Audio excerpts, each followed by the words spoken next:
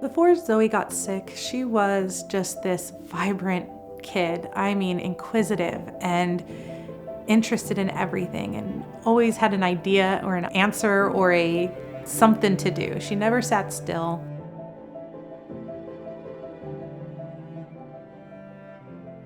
I pretty much stopped walking and I just would sit on the couch all day, and that was really abnormal for me because I was always an active kid.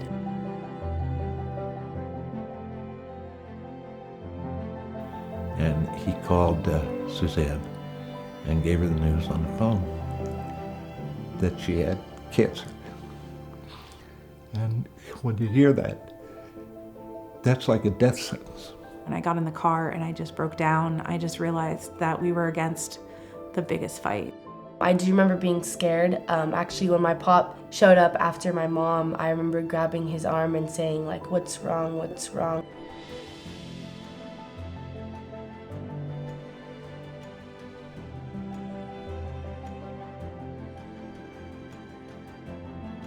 When Zoe was diagnosed with cancer, it was actually a very stressful time in my life. I had a family business with my father, and in 2008 we had to shut the doors because the real estate market had crashed, and so did our business. So I had gone out to find a new job. I had only had my new job for about 2 weeks when she was diagnosed.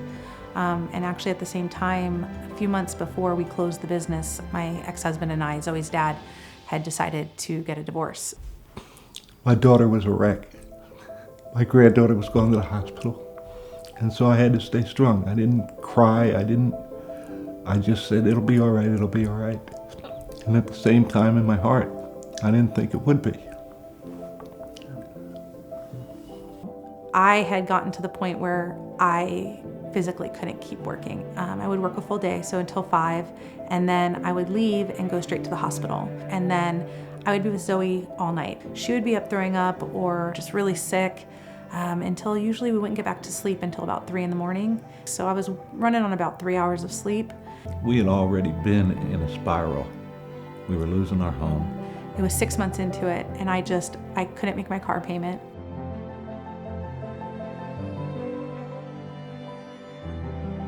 When I heard about Miracles for Kids, I was told that they were a local nonprofit that was there to help families with the extras, the things that the hospital themselves can't help you with, that the other government agencies can't help you with, that they're there for the catch-all, that safety net that you need.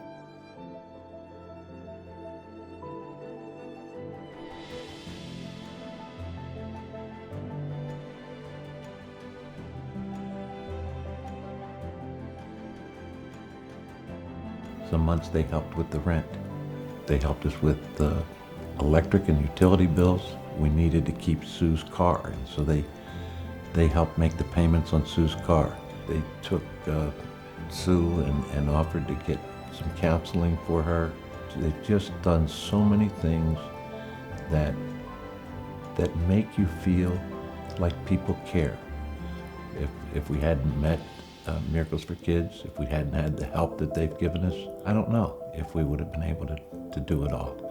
All the people and the donors, I mean, they're just amazing. I mean, they saved our life. I mean, because we would have been homeless, or I wouldn't have let us get homeless, but it was close to that. When Zoe was healthy enough, we invited her to attend our annual surf and paddle camp. And that was the first time that I actually was able to go out and do something with other kids, see other people. And for her, those days in the summer were not about needles. They were not about chemotherapy. For those days, it was about summer, and it was about her just being a kid.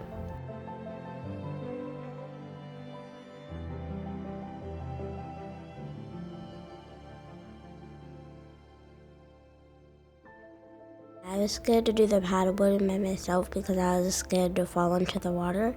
She helped me feel more confident.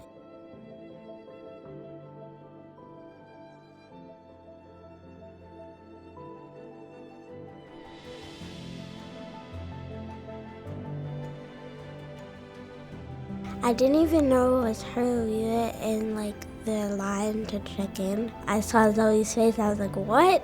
And then I was like really excited and happy.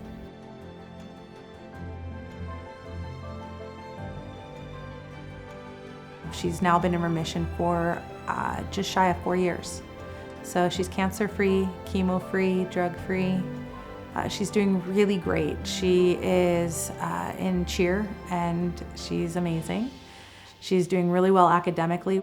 I'm a sophomore in high school. I want to be a kinesiology major for athletic training. I definitely want to go to college. I decided I needed to go back to school. I went to Pepperdine and got my bachelor's in business management and graduated with honors.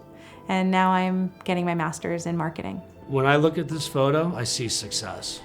I look at a little child. It was very obvious that she was sick and literally fighting for her life. And to overcome the biggest battle that I think anyone will ever have, and to see her 10 years later and living a, quote, normal kid's life and cheerleading and attending high school, I mean, that's the ultimate win. You are truly making a miracle. You are giving families hope. You're giving families time that they don't otherwise have. And you're making lives better.